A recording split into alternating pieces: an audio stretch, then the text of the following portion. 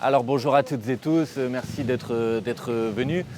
Bon, on vient de tenir donc un échange, une réunion avec les écologistes, avec des représentants de Génération de l'après, avec y compris un représentant du groupe communiste GDR à l'Assemblée nationale.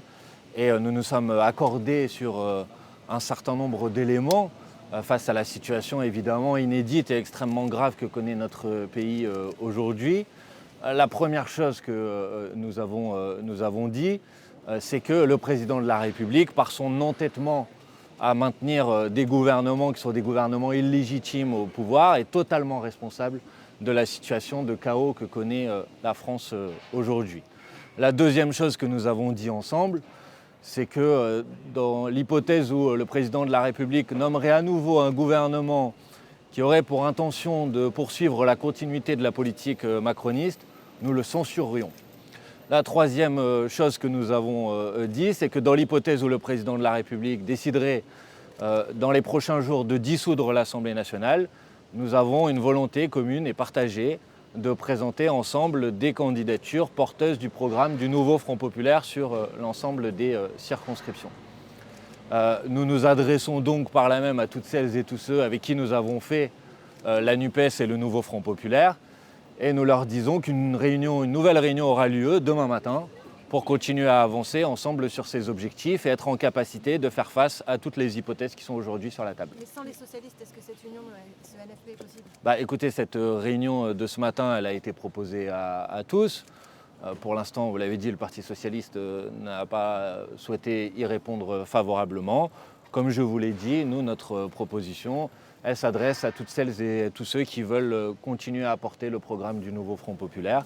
Et elle s'adresse à tous et après chacun prendra ses responsabilités et ses décisions. Mais qu'est-ce que vous espérez concrètement ? Ce que l'on espère, on espère beaucoup de choses, mais on espère surtout que la situation du pays, elle change. Que les Françaises et les Français qui sont en droit d'attendre un changement de politique, ils ont voté pour ça, sont en droit d'attendre des réponses sur les problèmes de pouvoir d'achat, que le pays soit enfin à la hauteur de l'urgence climatique et environnementale, que par exemple la réforme des retraites qui a été imposée en force soit abrogée, qu'on sorte de cette situation de blocage que l'on connaît aujourd'hui. Et donc on souhaite agir avec toutes celles et tous ceux qui sont prêts à agir avec nous pour porter ensemble ces propositions. Vous le savez, en ce qui nous concerne, on considère que ça passe par le départ du président de la République. Mais puisque le président de la République a différentes hypothèses aujourd'hui sur la table, nous faisons en sorte d'être prêts à faire face à chacune de ces hypothèses. Vous demandez aussi une élection présidentielle anticipée comme Gabriel Attal Mais je vous alerte quand même parce que c'est un moment important qui va avoir lieu demain à l'Assemblée nationale. Demain à l'Assemblée nationale, le bureau de l'Assemblée nationale va être convoqué, réuni, et ce bureau va examiner notre motion de destitution qui est signée par 104 parlementaires, soit la majorité, plus de la majorité des députés qui ont été élus sur le programme de rupture du nouveau Front populaire, et dont nous espérons bien que le bureau jugera recevable cette motion de destitution. Je rappelle qu'il y a un an, alors que nous n'étions que 72 à signer cette motion de destitution, preuve que ça commence à monter sur le fait que c'est Emmanuel Macron qui est le problème, lorsque nous n'étions que 72 députés à la porter, c'était Marine Le Pen qui avait empêché que cette motion de destitution puisse être discutée et votée à l'Assemblée nationale. Et donc il faut évidemment mettre une pression maximale sur l'ensemble des forces politiques présentes au bureau, qui doivent donc décider demain si nous pouvons discuter démocratiquement de la nécessité du départ du président de la République. Et donc je crois que c'est une étape qui est extrêmement importante et qui a lieu demain matin. Et si finalement on s'oriente vers une dissolution, comment on se prépare collectivement à ne pas laisser un boulevard au RN à l'Assemblée ?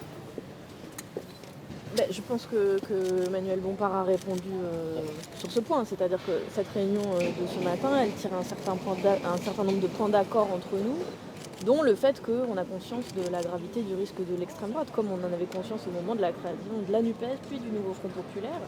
C'est bien pour ça qu'on se réunit et c'est bien aussi pour ça qu'on a parlé de fond dès ce matin, qu'on a parlé d'un programme de rupture et qu'on s'est accordé sur la nécessité commune d'une vraie rupture avec le macronisme.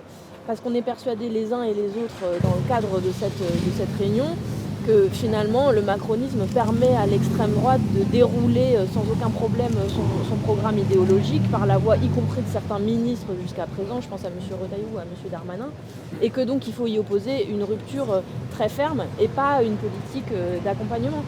C'est bien pour ça qu'on a discuté de se mettre d'accord sur un périmètre qui est celles et ceux qui s'étaient accordés sur ce programme il y a moins d'un an de ça, pour continuer à le porter en commun et proposer un horizon. C'est-à-dire qu'on ne veut pas être sur un accord purement défensif. On pense que ça n'a rien de propulsif pour le pays. On pense que les gens ont besoin d'avoir envie de ce qu'on propose et que c'est pour ça qu'il faut faire une proposition en positif pour la bifurcation écologique, pour un renouveau démocratique dans le pays, parce que la démocratie a été beaucoup abîmée par le macronisme, et puis enfin et peut-être surtout pour faire face à l'urgence sociale vu la situation du pays, le taux de pauvreté et l'accroissement de l'inégalité des richesses sous macronisme. Est-ce que vous pensez que vous remercie. les gauches est encore possible, puisque ce matin donc Écoutez, je pense qu'on a répondu, on a répondu clairement à ces questions. Et c'est pour aussi laisser ensuite intervenir d'autres personnes. Mais je pense avoir répondu tout à l'heure à cette question. Il y a eu aujourd'hui cette réunion, c'est une première étape. Elle a permis de convenir ensemble des points communs, et notamment dans l'hypothèse d'une dissolution de l'Assemblée nationale, la volonté de présenter des candidatures communes porteuses du programme du nouveau Front populaire sur toutes les circonscriptions. Cette proposition, elle s'adresse à toutes et à tous. Il y aura une nouvelle réunion demain. Et on espère que demain, celles et ceux qui n'ont pas voulu venir aujourd'hui seront là demain. Voilà. Au revoir.